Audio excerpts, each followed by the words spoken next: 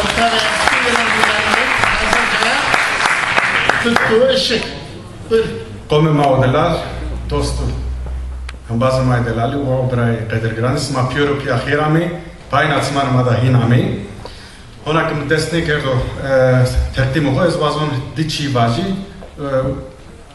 çubren ez Frankfurt rayonu uza Enstitü Zazaki esto eve pıştia Üniversite Frankfurti uza ambazanıma piorne slam husmare esto.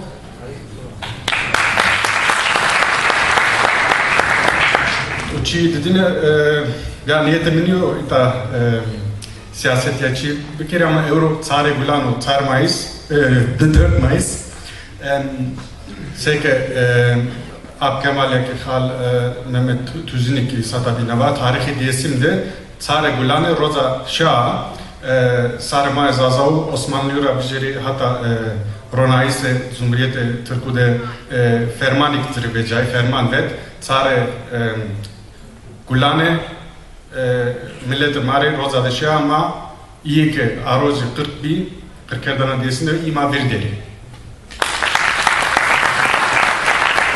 Şimdi izninizle Türkçe'ye geçeceğim. Amacım burada Orta ve eski İrani dillerin Zazaca'nın kelime ve gramer yapısına dair tuttuğu ışık, yani bugünkü dilden çıkaramayacağımız, neticeye varamayacağımız sonuçlara bu İrani dilleri sayesinde varabileceğiz. Umarım vaktim yeter. Girişi kısa tutmak zorundayım. Zaten zaman el verdiği kadar zaten Yaşar arkadaşımız da bu konuda daha da Hint-Avrupa dillerine dair ilginç bir konu sunumu olacak. Zazaca'nın akraba olduğu diller Batı ve Hazar dilleri dediğimiz Baloçi, Mezandarin, Talişi vesaire dillerle akrabalığı varken öte yandan Kurdi diye İranolojide Kurdi dediğiniz zaman Kurmancı, Sorani ve Kerhuri dilleri aklına gelir.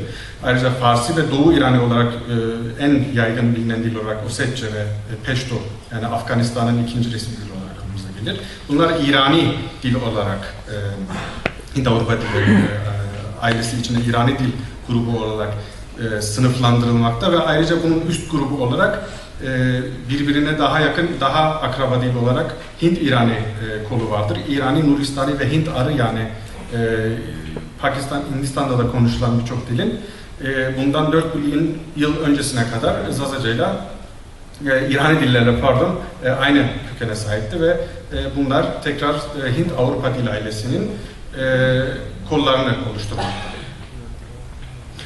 İrani dillerde Zazaca'nın konumunu belirtmek gerekirse Kuzeybatı İrani dillerin tabi bu Lecoq ve Profesör Jostki Pert'in sınıflandırmasına göre Gurgan veya o Kuzey İran'da bildiğimiz Yunanca kaynaklarda Hürkan veya Arapça kaynaklarda Cürcan olarak geçen yöreye göre adlandırma. Zazaca orada yer almakta. Beluç dili Sengserce Goranca ile birlikte. Kürtçe'de gördüğünüz gibi o keza Kuzeybatı ama Karman grubunda, keza Med-Hazar grubu bildiğiniz Gilanca, Mazandaranca, Sindanca, Sorhey gibi diller. Azeri diye bilinen dil, Türki dil olarak bildiğimiz Azeri dil, Herzendi yani İrani olarak aynı isme sahip olan dildir. Ve Farsça'da Güneybatı İrani dili. Burada sınıflandırılan bir ya da gördüğünüz diller modern İrani, en üst sırada gördüğünüz modern İrani diller 40 küsür bugün İrani dil konuşulmakta ve şunu da demek gerek ki ne kadar bugün dil konuşulmaktaysa o dillerin de ondan önceki çağlarda, asırlarda şeyi vardı, ataları vardır yani. Sadece ama onların çok azı bugüne aktarılmıştır. Ve yani şey anlamına gelmiyor da Zazaca'nın direkt part diliyle veya işte Kürtçenin Orta Farsça ile direkt ilintili olduğu anlamına gelmiyor. Sadece tarihsel olarak yakın durduğu. Zaten eski çağdan, yani eski İrani çağdan tutun bugünkü yeni İrani diller çağına kadar tek dil olarak belki Farsça yazılı olarak belgelenmiş. diğerleri ise belirli bir zamana kadar yazılmışsa da artık bugün konuşulmamakta. Yani Partça, Sakabakça vesaire gibi bir Avesta dili. Buradan geçelim bütünce korpus dediğimiz olay, yani bugüne dek aktarılan yazılı diller, Hint, İrani diller grubunda aktarılan, dolaylı olarak aktarılan diller eski Hintçe, Vedçe ve Sanskrit dediğimiz dildir ki bu %90'ı civarında eski İrani dillerle grameri benzeşmektedir. Eski İrani çağdan kalan diller belgeli olarak Avesta ve eski Farsça, diğer dillerin Medce veya Eskitçe gibi varlığından sadece haberdarız ama onlardan direkt kaynak bir iki özel isim dışında ya da alıntı kelime dışında kaynak bulunmamaktadır. Orta İrani çağı gelince birkaç fazla dil karşımıza çıkmakta. Bunlar demin de gördüğümüz gibi Partça, Orta Farsça veya Pehlivi olarak da bilinen veya Doğu İran dillerden Sokça, Baktrice, Sakaca, Harzemce, İrani Harzemce, bunu Türkçe Harzem diliyle karşılanmalı. Birkaç örnek vermek gerekirse bu eski ve Orta İrani dillerden de diğer birçok dile kelime geçmiştir. Örneğin İngilizce'den veya Almanca'dan bildiğimiz paradise, cennet anlamına gelen kelime. Avesta, paradisa yani bahçe, yani aslında duvarlarla çevrili. Daisa, bugünkü Zazacı'daki des kelimesinin aynısıdır. Veya Türkçe'de bildiğimiz şehir kelimesi zannedildiği gibi Farsça değil, Partça bir kelimedir. Şehir veya imparatorluk kelimesi veya demin muktedir olabilme fiili de geçti. Şahine, şikayiş veya şikayine, o da şahr ile aynı kökenden gelme. Veya vart kelimesi Zazacı'da ilgili olarak bilinen, Osmanlıca'da kullanılan bir vart veya hatta Arapça'ya da geçmiştir. Veya yakın bir ilçemiz birçok Zazaköy'de bulunan ilçemiz Varto, her ne kadar Ermenice bir isim de olsa Part dilinden Ermenice'ye geçmiş ve öyle isimleştirmişti. Kent, bey, akşam gibi kelimeler Türkçeden bildiğimiz Sokt dilinden gelmedir. Akşam bildiğimiz Zazaca'daki Şami yani akşam yemeği ile aynı kökene sahip. Birkaç yazılı kaynaktan örnek vermek gerekirse Avesta dili yazılan dillerden en titizi ve ayrıntılı dillere sahiptir. Sağdan sola doğru okunur. Arami alfabesinden birçok eski İrani dillerinde olduğu gibi Arami alfabesinden türeme. Bu da gördüğümüz Behüstün yazıtlarından eski Farsça, kendine ait bir çivi yazısı soldan sağa okunmakta. Mani alfabesiyle yazılmış parça metin sağdan sola, bu da keza Arami alfabesinden türeme. Bu da pek ayrıntılı alfabe olmamasına rağmen Pehlevice'nin Ardaviraf'tan bir örnek sağdan sola okunan bir yazı. Sok dilinden gördüğümüz bir metin. Bu da Sok alfabesi. Keza Mani ve Estrangelo bildiğimiz bugün Süryanice'nin yazıldığı alfabeyle de yazılmıştır. Hoten Sakaca soldan sağa okunan Brahmi alfabesinden türetilmiş bir alfabedir. Baktrice Büyük İskender'in istilasından sonra Yunan harfleriyle birkaç Yunan alfabesine birkaç harf eklemekle o alfabeyle yazılan bir dildir. Ve neticede Vedce veya Sanskritçe'de aynı alfabeyle Brahmi alfabesinden türetilen Devanagari dediğimiz alfabe soldan sağa yazılan alfabedir. Ve bu alfabe hala Hindistan'da kullanılmakta. Hindi, Hindustani gibi diller bu alfabeyi hala kullanmakta. Aynı dil, yaklaşık aynı dil olan Urdu da bildiğimiz gibi Arapça harflerle yazılmakta. Ünlülere gelince Zazaca'nın ilginç bir yapıya sahip olduğunu görüyoruz. Eski İranca veya daha Orta İranca'dan aldığı Zazaca'ya düzenli bir şekilde yansımıştır. Bunu Farsça ile kıyaslayacak olursak Farsça'da hem uzun E ile İ eşleşip İ'ye dönüşürken Zazaca'da E ve İ farkı korunmuştur. Keza O, uzun O ve U Zazaca'da O ve U olarak korunurken Farsça'da ikisi U olarak eşleşmiştir. Burada örnek vermek gerekirse işte Meşna ve Vist Farsça'da ikisi uzun i, Miş ve Vist. Zazaca'da güneş veya gün anlamına gelen Roj ile Duri, o Farsçada artık Ruz ve Dur diye ayırt edilmemekte. Bunu ta eski İranca'da gördüğümüz gibi Avesça veya Sanskrit de dahil kökenini, etimolojisini görmekteyiz.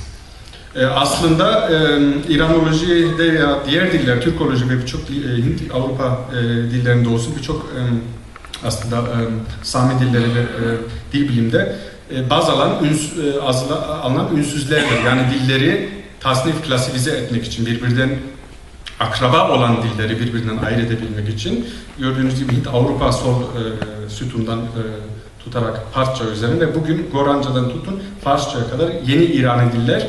Bunun sınıflandırması da şöyle batıda bulunan Kuzeybatı İrani dil olarak Kürtçe'ye kadar Kuzeybatı ve Farsça tipik ideal ya da diyebileceğimiz bir Güneybatı İran dili olarak.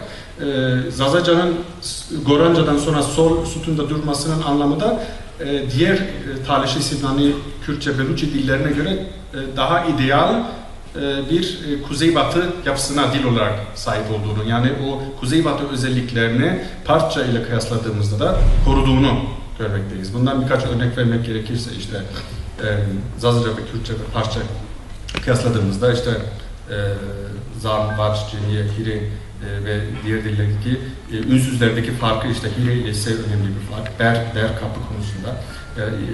Serre ve Berz'deki RR ve RZ hala korunurken iki fark Kürtçe ve Farsça'da L'ye dönüşmüştür. Sağ buland ve sağ buland. Veya Zazaca'daki H'e düşerek Ver'den Huardan veya Hordan Farsça'daki vesaire ve önemli bir fark da tabi Zazaca'nın ta eski İrani dillerde koruduğu var olan ve hala o ön seste koruduğu va ve virüsünü koruduğunu ama Farsça'da ve Kürtçe'de bunun değiştiğini görmekteyiz. Kısa Fahri Hocam da dediğim gibi değinildi güzel bir şekilde sunumunda. Biçim bilimde geçecek olursak isimde cinsiyet Zazaca'daki birçok ağızda artık düşmüş olmakla birlikte vurgusuz keyneke ama Güney Zazaca'sında olsun, Merkez Zazaca'sı olsun örneğin Maden veya Lice, Çermi'nin bazı köylerinde, Siverik'in bazı köylerinde korunmuş ama diğer şivelerde ise tamamıyla düşmüş veya şeklinde telaffuz edilmekte ama Kuzey Zazaca'sında ise işte Dersim, Barto, Sivas vesaire bu korunmuştur. Keyneke ve bu sonek eski İrani dillerdeki dişil kelimelerdeki soneye dayanmakta. Yani bu e'nin dayandığı bir harf bulunmakta yani eski İrani'de. Çoğul eki an yani bükünlü veya eğik hal dediğimiz işte o merluman veneno. Bu da keza Hint İrani dillerde çok yaygın ve bunun kökünü sadece Hint İrani dillerde değil, işte Pehlevice parçada an, Avesta Sanskrit'te in hali dediğimiz çoğul eki anağından gelme ve Hint Avrupa dillerinde de hala bulunmakta örneğin Yunanca'da da. Ve şahıs samiri ez de birçok Hint Avrupa dillerinde bulunduğu gibi İran dillerinde de bazılarında Kürtçe ve Farsça bölüşünde bildiğimiz gibi men, yani o bükünlü halden kalan men, mı dediğimiz o durumda eşleşmişken Zazaca'da birinci yalın haldeki ez korunmuştur. Avesta'da örneğin gibi azın, vecce aham, eski Farsça adam, Farsça'da az, Talişi'de keza az ve neticede işte diğer İran dillerden Ermenice yes, Bulgarca az, Latince ve Yunanca ego yani egoizm geldiği kelimenin kökeni orada. Hocam toparlarsanız. Galiba. Şimdi bildirme kipine de kısa bir değinecek olursak Zazaca'nın diğer İrani dillere göre bir örneğin Farsçadaki mi veya Kürtçedeki d veya gibi örnek değil bir sonek alması ve bunu Herzandi, Talişi, Semnani, Gileki diye bilinen Hazar dillerinde de görüyoruz. Biraz farklı bir şekilde de olsa ve bunun dayandığı köken işte örneğin ez oazen eski İran'daki ant yani şimdiki zaman ortacı mesela giden, gelen gibi Türkçe çevirecek olursak örneğin Almanca'da da bu sonek var. Farsça'da da işte uyandi vesaire bu şekilde mevcut. Edilgenin Zazaca'ya has bir demeyeyim de ama eski İranice'ye dayanan bir çatı, fiil çatısı nan verienu veya verino ekmek yeniliyor. Pehlevce'de işte bunun bu i ekini karşımıza çıkmakta. Paymozihenu giydiriliyorum. Ve bunun eski Hintçe'de ve eski İrani dillerde de örneğin işte Vecce, Avesta, eski Farsça, Avesta örneğin varz işlemek, varzya işlenmek, Zazaca karşılaştırıldığında vraştene, vrazen yapmak, inşa etmek, vrazyane inşa edilmek olarak karşımıza çıkmakta. Bu da eski İrani ilgen sonraki ya sonrakine dayanmakta. Şahıs sonraklerine de kısa değinilecek olursak bunların da etimolojisi mevcut. Rından bunun varyantları var, rından, rındu vesaire. Ta eski İrani ve Hint dillerine de dayanmakta bu sonek. İkinci eril tekil olsun, ikinci tekil dişil olsun bunun da etimolojisini görebilmekteyiz. Pehlevi, Sanskrit gibi dillerde olsun veya dişil soneyi de ayrıca Pehlevi'de de ay şeklinde görmekteyiz. Zazaca'daki mesela Yenay, Tıvanay, Hozat, Almus gibi yörelerde hala telaffuz edilmekte veya Oscar Mann'ın 1900'lardaki yaptığı kayıtlarda da Siverek ağızlarında da var ama çoğu ağızlarda artık kaybolmuştur.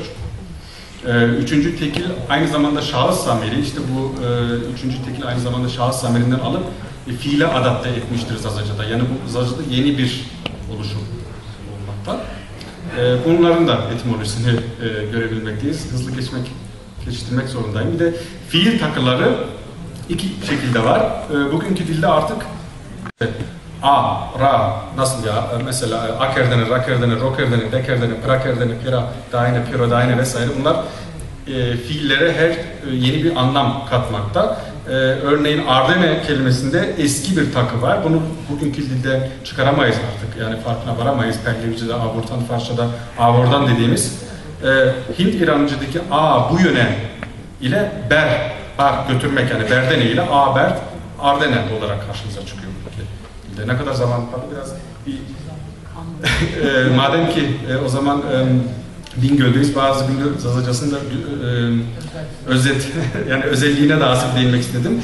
Şavutış ve Şavutış merkez Zazacası'nda ikisi de aynı zamanda aynı şekilde kullanılan aslında farklı varyant ama aynı anlamı taşıyan göndermek anlamda kullanılan fiildir.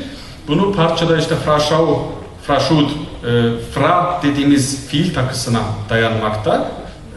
Fra ve er şeklinde dönüşmekte ama şavutış ise şiyene dediğimiz fiilin ettirgen hali yani hareket fiil takısı ile kökendeki bulunan a'nın uzatılmasıyla bugün hala Zazaca'da var. Yaşatılmakta var. Sözcük bilime gelecek olursak şara değindik. Kısa bir şey deyince bu da merkez Zazacası'na ait. Bumlers olarak da birçoğunuz bilecek yer sarsıntısı, deprem. Bum herhangi bir ses yansıması değil. Baktığımızda etimolojiye eski Farsça'da veya Avesta veya Vecce'de olsun, Sokça dilinde olsun yer, toprak veya dünya anlamına gelmekte. Yani yerin lerzayne sarsıntısı olarak. Çıka vaktim Hocam mümkünse. Gel. Tamam. O zaman bu diğer konulara zaten fazla değinmeye vaktim olmayacak. Neticede işte elimizde diğer yeri İrani diller dışında işte Orta ve eski İrani dilleri, eski Hintçe, Latince, Yunanca, Hititçe gibi diller günümüze belgelenmiş olarak ulaştırılmasaydı Zazaca'nın tarihsel gelişimi hakkında bilgilerin birçoğuna varma şansına sahip olmayacaktık. Tabii ki Zazaca'nın akrabası olduğu 40'a yakın diğer İrani diller için de aynısı geçerlidir ama Zazaca'nın özellikle yeni yazılan bir dil olarak da elbette bizi de Zazaca olarak dilimizin tarihiyle ilgilendirmekte. Ja, se vata gostajna sma sve presma, hep razimo, sma veş varbi.